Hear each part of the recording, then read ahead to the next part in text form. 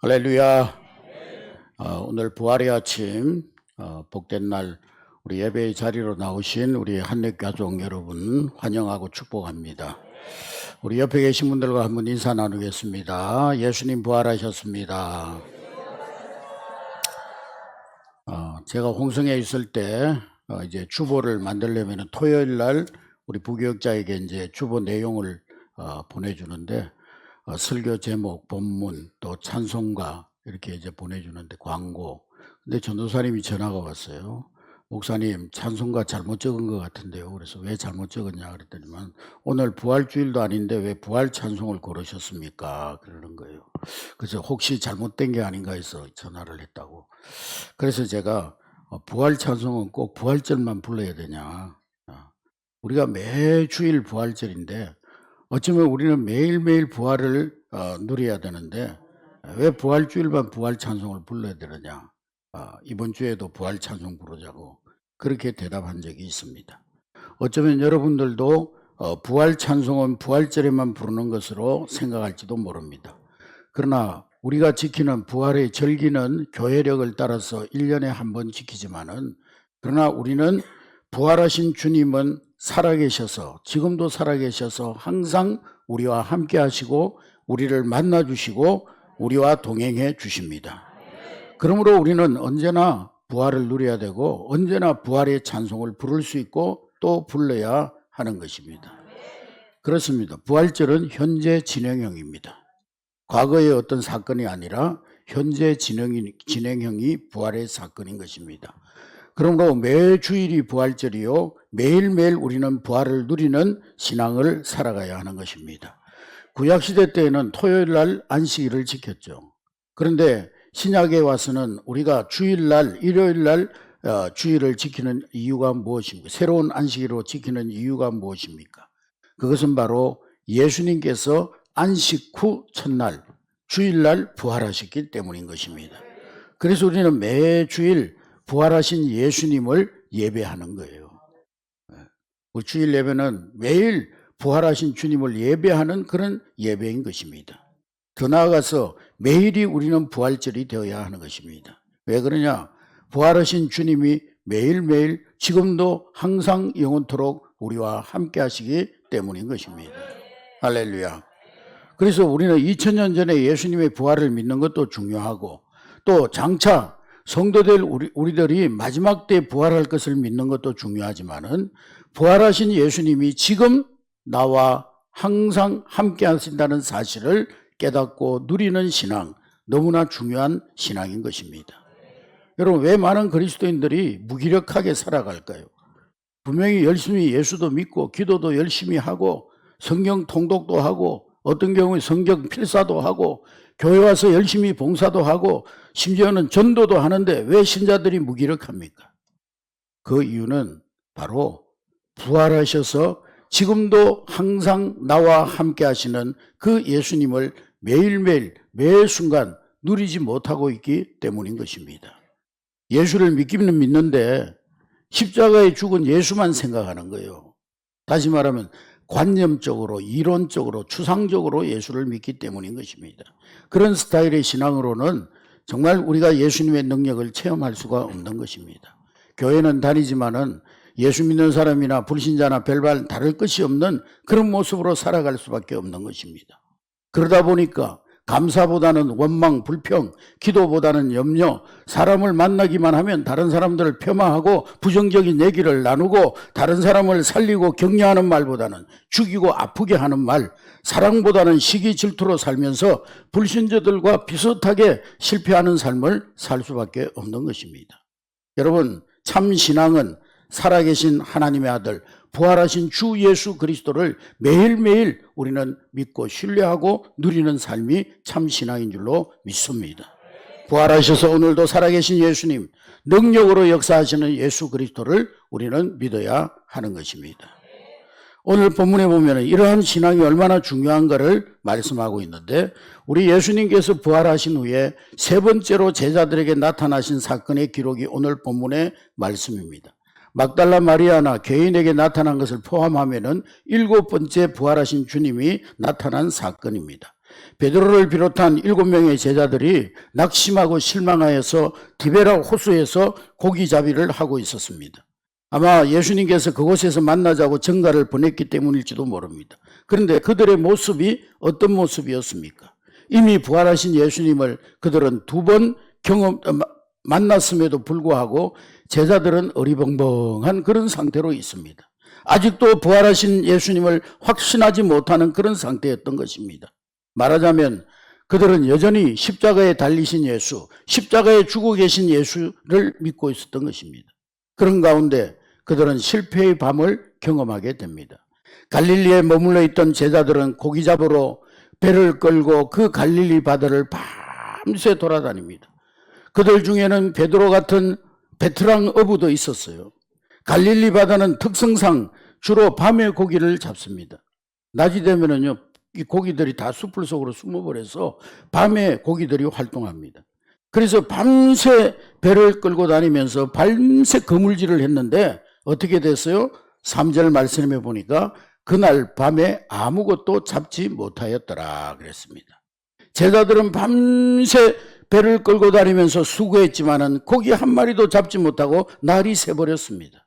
바로 그때 부활하신 주님께서 그들 앞에 나타나셨는데도 그들은 전혀 예수님을 알아보지 못했어요. 4절에 보니까 날이 새어갈 때 예수께서 바닷가에 서셨으나 제자들이 예수신 줄 알지 못하느니라.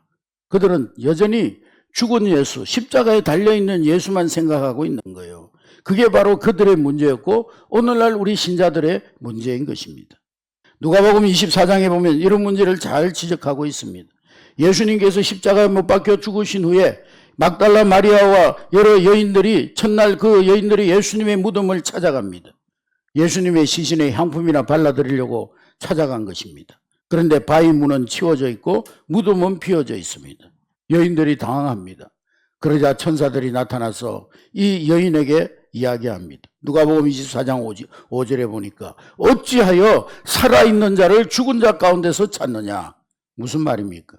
예수님이 이미 부활하셔서 살아나셨는데 어찌하여 너희들은 부활한 예수님, 살아계신 예수님을 만날 생각은 하지 않고 여전히 십자가에 매달려 있는 그 예수를 추억하고 있느냐, 그런 말이에요. 그렇습니다, 여러분. 예수님의 무덤은 비어 있습니다. 예수님의 무덤은 빈 무덤입니다. 예수님의 십자가도 비어 있어요. 예수님은 부활하셔서 지금도 살아계시기 때문인 것입니다. 그래서 우리는 빈 무덤을 바라보며 빈 십자가를 바라보는 것입니다. 십자가 중에는 아직도 예수님을 십자가에 달아놓은 그런 십자가도 있어요. 그런 십자가상도 있어요. 그러나 우리 개신교는 비어있는 십자가를 믿는 것입니다. 할렐루야. 물론 둘 다 나름대로 의미가 있지만 우리는 빈 십자가를 바라보는 것입니다. 십자가에 못 박혔다가 이제는 부활하셔서 비어있는 그 십자가가 우리의 믿음의 상징인 것입니다. 할렐루야. 여러분, 왜 베드로와 제자들이 밤새 고기 잡으려고 했지만 실패했습니까? 그들이 왜 실패의 밤을 맞이했습니까? 그들은 부활하셔서 살아계신 예수님을 만나지 못하고 죽은 예수 생각에만 몰입되어져 있었기 때문인 것입니다. 그것은 예수님을 멀리 떠난 것과 같습니다. 믿는 것 같지만은 사실은 믿는 게 아니에요. 불신자하고 별반 다를 바가 없는 거예요. 그렇습니다. 여러분, 우리 인생이 예수님 떠나면 실패할 수밖에 없습니다. 예수를 믿는다고 해도 죽은 예수만 추억하고 있으면, 십자가의 예수만 추억하고 있으면 그 신앙은 무기력할 수밖에 없는 거예요. 예수님께서 제자들에게 나타나셔서 바로 그런 사실을 깨우쳐 줍니다. 5절에 보니까 예수님이 다가오셔서 얘들아 너희들에게 고기가 있느냐? 없습니다. 철저히 실패한 모습이에요. 그런데 참 이상합니다. 분명히 그들은 경험도 많고 기술도 뛰어나고 열심히 노력했는데 왜 밤새 고기 잡았지만 허탕치고 말았습니까? 근데 그건 이상한 게 아니고 당연한 거예요. 우리 인간이 아무리 재주 부리고 아무리 땀 흘려도 예수 떠난 사람은 예수 떠난 노력, 예수 떠난 재주, 예수 떠난 땀 흘림은 결국 실패하고 결국은 얻는 것이 아무것도 없는 거예요. 새벽 일찍 일어나고 밤새 누우며 수고의 떡을 먹어도 예수 떠난 열심, 예수 떠난 근면성실, 예수 떠난 그러한 노력, 텅 빈 배가 될 수밖에 없는 것입니다. 예수님께서 우리에게 말씀하십니다. 요한복음 15장 5절 말씀에 나는 포도나무요 너희는 가지니 그가 내 안에 내가 그 안에 거하면 사람이 많은 열매를 맺나니 나를 떠나서는 아무것도 할 수 없음이니라. 아멘. 제 아무리 잘난 가지도요, 포도나무에 붙어 있지 않으면 쓸데없는 거예요. 별짓 다 해도 소용없는 거예요. 가지에게 있어서 최우선 순위는 포도나무에 붙어 있는 거예요. 예수님께 붙어 있는 거예요, 우리 인생. 솔로몬은 시편 127편에서 하나님께서 여호와께서 집을 세우지 아니하시면 세우는 자의 수고가 헛수고가 되고 여호와께서 성을 지켜주지 아니하시면 파수꾼의 깨어있음이 헛되도다. 너희가 아침에 일찍 일어나고 늦게 누우며 수고의 떡을 먹는 것이 헛되도다. 하나님 도와주시지 않으면요, 우리 인간의 몸부림 삶은 헛수고라는 거예요. 재주가 많아도 소용없고 노력해도 소용없고 부지런해도 소용없는 거예요. 새벽부터 열심히 일어나서 원잡, 투잡, 쓰리잡, 포잡해도 소용없는 거예요. 하나님 도와주셔야 내 인생이 승리의 삶을 살아갈 수가 있는 것입니다. 그러므로 우리는 산 예수, 부활하신 예수를 만나고 믿어야 하는 것입니다. 산 예수, 부활하신 주님의 도우심을 받아야 하는 것입니다. 제자들이 실패의 밤을 끝내고 승리의 아침을 맞이할 수 있었던 것은 오직 한 가지, 죽은 예수가 아니라 산 예수, 부활하신 주님을 만났기 때문인 것입니다. 할렐루야. 오늘 본문에 보면 부활하신 예수님을, 산 예수님을 만난 제자들이 그 상황이 역전되는 모습을 볼 수가 있어요. 낙심과 슬픔과 걱정이 변하여 기쁨으로, 절망이 변하여 희망으로, 불행이 변하여 행복으로, 실패가 변하여 승리로 바뀌어지는 거예요. 여러분, 오늘 우리도 마찬가지입니다. 매주일 부활절이라 생각하고 살아계신 주님, 부활의 주님을 매일 예배하는 여러분 될 수 있기를 주의 이름으로 축복합니다. 매일 부활절이라고 생각하고 매일매일 살아계신 주님, 부활하신 주님을 만나고 누리고 체험하는 여러분 될 수 있기를 주의 이름으로 축복합니다. 그럴 때 우리의 삶이 반드시 승리하는 삶을 살아갈 수가 있는 것입니다. 예수님은 분명 오늘도 살아계셔서 우리와 함께해 주십니다. 예수님이 약속하셨어요. 부활하셔서 하늘로 올라가실 때 우리에게 약속하시기를 볼지어다 내가 세상 끝날까지 너희와 항상 함께 있으리라 하시니라. 가로 열고 주일날만 가로 닫고 그거예요? 아니요. 항상 세상 끝날까지 너희와 항상 함께 있으리라. 여러분, 이 말씀을 보면 우리 참 논리적으로 참 이해가 안 돼요. 왜냐? 주님이 지금 부활하셔가지고 하늘로 올라가시면서 또 뭐 우리와 함께 있다고 말이 돼요, 안 돼요? 하나님은, 예수님은 육신으로 지금 하늘에 올라가셔가지고 하늘 보좌의 우편에 앉으시는데 어떻게 또 우리와 함께 하겠다는 겁니까? 근데 요한복음 14장 16절 19절에 보니까 내가 하늘로 가면 너희에게 다른 보혜사 성령을 보내주어서 너희와 영원토록 함께 하리라. 예수님은 몸으로는 하늘에 오르셔서 하나님 보좌 우편에 앉아 계시지만은 다른 보혜사 그리스도의 영 성령을 우리에게 보내주셔서 우리와 늘 함께 하시겠다는 거예요. 너희를 고아와 같이 버려두지 아니하고 너희에게로 오리라. 조금 있으면 세상은 다시 너를 보지 못하지만 너희는 나를 볼 것임이니라. 내가 살아있고 너희도 살아있음이니라. 예수님은 성천하셨지만 보혜사 성령을 우리에게 보내주시겠다는 거예요. 그래서 보혜사 성령은 옆에서 도우시는 분이라는 뜻이 있어요. 그래서 또 다른이라는 의미가 있는데 예수님과 똑같은 분이지만 다른 인격의 성령을 우리에게 보내주셔서 부활하신 주님은 보좌 우편에 계시지만은 그분이 우리와 성령 그리스도의 영이 우리와 언제나 어디서나 우리와 함께 주시겠다는 말씀인 것입니다. 할렐루야. 그래서 우리는 이 부활하신 주님을 매일매일 삶 속에서 동행하며 누려야 될 줄로 믿습니다. 그럼 어떻게 우리가 부활하신 주님과 날마다 동행할 수가 있느냐? 부활하신 주님과 날마다 동행하는 삶은 우리는 예수 그리스도를 의지함으로 부활하신 주님과 날마다 동행할 수가 있습니다. 할렐루야.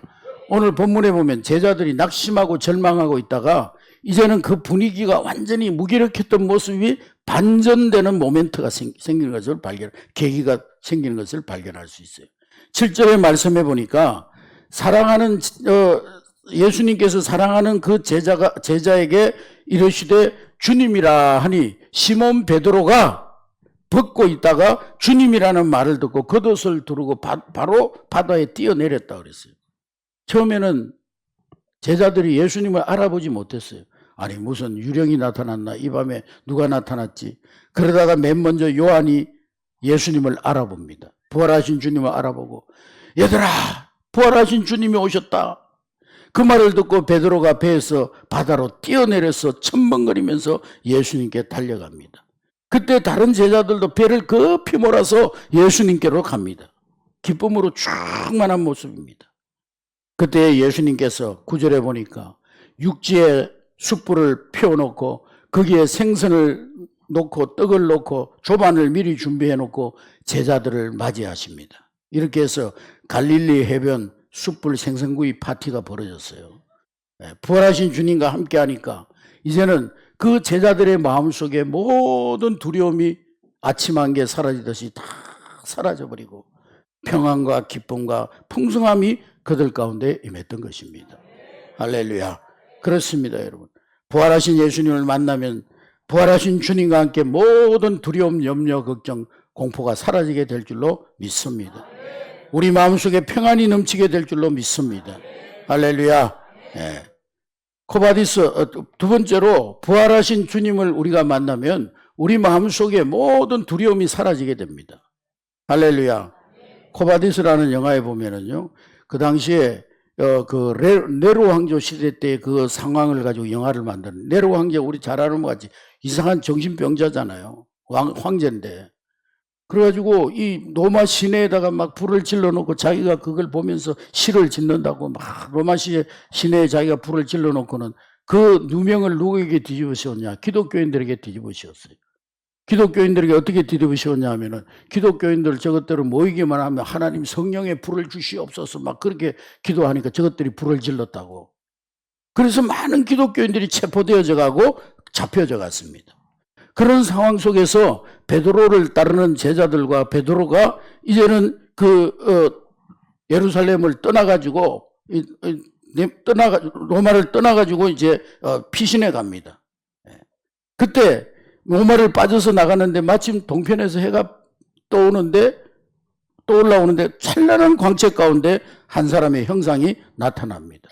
베드로가 깜짝 놀라서 바라보니까 예수님이 가시는 거예요. 그래서 베드로가 예수님께 묻습니다. 주님 어디로 가십니까? 코바디스 도미네. 예수님 어디로 가십니까? 그때 예수님께서 그렇게 대답하십니다. 네가 내 양떼를 버리고 네 살 길을 찾아서 도망가니까 내가 다시 십자가에 못 박히기 위해서 예루살렘으로 올라간다. 그렇게 말씀하시는 거예요. 그때 베드로는 무릎을 꿇고 그 주님 앞에 회개합니다. 그리고는 다시 로마로 들어가서 복음을 전가하다가 체포되어져서 이 베드로는 결국에는 거꾸로 십자가에 매달려 순교하게 됩니다. 여러분, 베드로가, 그 비겁했던 베드로가 시골 계집종한테 3번이나 예수님 부인하고 예수님 십자가에 달려 돌아가시니까 핍박이 심해지니까 이 핍박을 피해서 도망가던 베드로가 부활하신 예수님, 그 주님을 만나면서 담대함이 생겨서 생명 걸고 복음 전하다가 십자가에 거꾸로 매달려 죽기까지, 순교의 잔을 마시기까지 복음 전하는 담대한 믿음의 사람이 되었던 것입니다. 부활하신 예수, 산 예수를 믿고 의지하면 죽음도 두렵지 아니한 거예요. 예수님 나와 함께 하시면 죽어도 천국인데 뭘 두렵겠어요. 저와 여러분들도 산 예수를 의지함으로 죽음도 두렵지 않는 그런 평안과 풍성함을 경험하는 여러분 될 수 있기를 주의 이름으로 축복합니다. 그리고 우리가 부활하신 주님을 어떻게 만날 수 있느냐?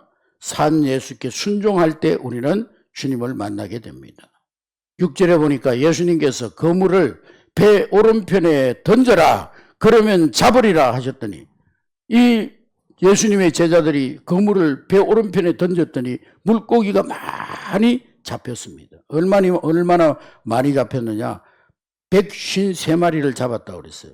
그런데도 그물이 찢어지지 아니하였더라. 중요한 대목이 중요한 대목.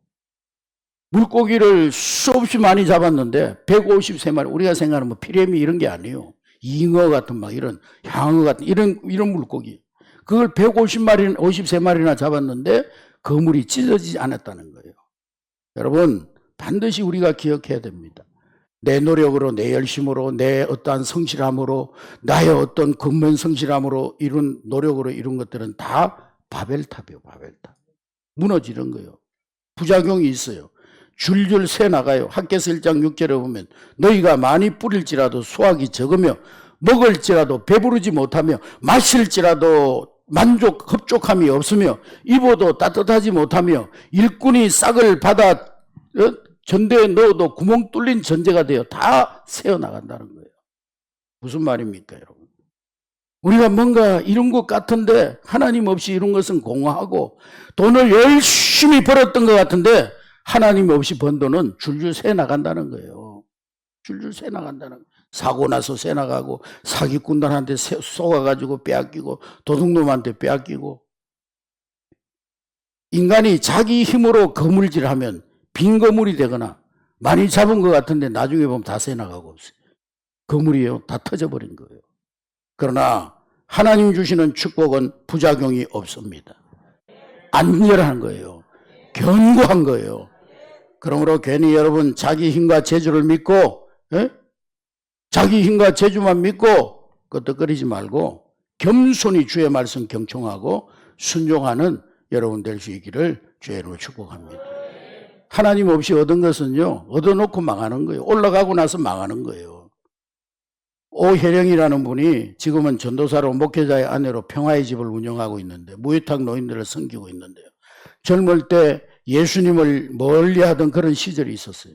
이분은 크리스찬 학교를 나오고 미션소 그래서 교사도 하고 그랬던 분인데 예수님을 지식적으로는 알았죠. 그러나 유명 작가로 잘 나가던 시절에 예수 없이 살고 있었던 것입니다.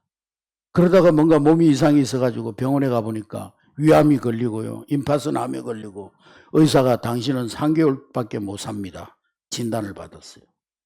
그때서야 하나님을 기억했지만은 하나님이 원망스럽기만 한 거예요. 물만 먹어도 토하고 화장실에 가면은 혈변이 나오고 그러다가 자신의 살아온 인생들을 돌아보면서 하나님을 거역했던 자기의 죄를 회개하기 시작합니다. 그러던 어느 날 기도와 찬송으로 예배 드리고 있는데 온몸에 오한이 덮쳐오면서 추워서 이불을 잡아 당기는데 느낌이 이상해요. 지금까지 겨드랑이에 있던 이 암덩어리가 만져지지 않는 거예요. 복수로 차올라 있던 이 배가 꺼져 있는 거예요. 그 이후로 그녀의 삶은 완전히 변화가 되었습니다. 할렐루야. 그러면서 이 놀라운 체험을 했던 오혜령 씨가 나중에 당신 없는 인생은 빈 거물입니다. 그런 글을 썼어요. 거기에 보면 뭐라고 고백하고 있느냐 하면은 당신 없는 인생의 호수에 그물을 던지고 물고기가 잡히기를 바랐던 지난 나날들은 죽은 시간이었습니다. 오 주님, 이제 당신께서 그물을 채워주소서. 그러면 저는 비로소 살 것입니다. 인생의 가장자리에 계신 부활의 주님, 당신 없이 한평생 수고해 봐야 우리 인생은 빈 거물이 옵니다. 날마다 호숫가에서 저희를 기다리시는 부활하신 주님을 바라보게 하옵소서. 여러분, 오늘 우리도 마찬가지요. 주님 멀리 떠나서는 별 수 없는 빈 거물 인생이요. 한번 돌아보세요, 여러분. 얼마나 열심히 살아왔어요. 얼마나 아침부터 밤늦은 시간까지 분주하게 뛰어다녔습니까? 여러분 인생의 거물이 지금 뭐가 있어요? 네? 여러분 인생의 거물 속에 뭐가 담겨져 있습니까? 여러분은 과연 어떤 예수님을 믿고 살아갑니까? 여전히 십자가에 죽어 있는 예수입니까? 부활하셔서 살아계셔서 지금 나와 동행하시는 그 주님을 믿고 살아가고 있습니까? 예수님은 부활하셨습니다. 예수님은 살아계십니다. 그 살아계신 주님이 나와 함께 하십니다. 우리에게는 매일매일 부활절이 되어야 될 줄로 믿습니다. 산 예수, 부활하신 예수와 함께하면 우리의 실패의 삶의 종지부를 찍을 수가 있는 거예요. 우리의 삶이 기적의 현장, 축복의 현장이 될 줄로 믿습니다. 이 사실을 명심하고 모쪼록 부활하신 주님 의지하고 부활하신 주님의 말씀에 순종함으로 날마다 승리의 삶을 걸어가는 저와 여러분 될 수 있기를 주의 이름으로 축복합니다.